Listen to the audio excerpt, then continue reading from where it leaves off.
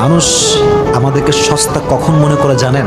যখনই আপনি কাউকে তার যোগ্যতার চাইতে বেশি ভালোবাসা দিবেন, তার যোগ্যতার চাইতে বেশি সম্মান দিবেন, দেখবেন সে আপনাকে বাজারের পচা আলুর মতো ছুঁড়ে ফেলে দিবে। কাউকে তার যোগ্যতার চাইতে বেশি ভালোবাসবেন না, কাউকে তার যোগ্যতার চাইতে বেশি সম্মান দিবেন না, ঠিক কিনা বলেন? যুবক, আমি তোমাকে কন্ট্যাক্ট করছি, আমি তোমাকে অ্যাড্রেস করে বলছি, কাউকে যখন ভালোবাসবা এতটুকু ভালোবাসবা যতটুকু তুমি তার বিচ্ছেদের যন্ত্রণা সহ্য করতে পারবা।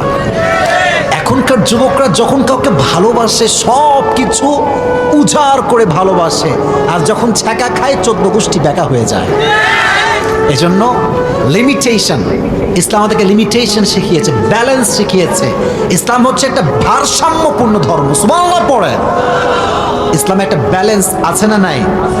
অতএব মানুষকে যখন ভালোবাসবেন তার যোগ্যতা অনুযায়ী ভালোবাসবেন, যখন সম্মান করবেন তার যোগ্যতা অনুযায়ী সম্মান করবেন।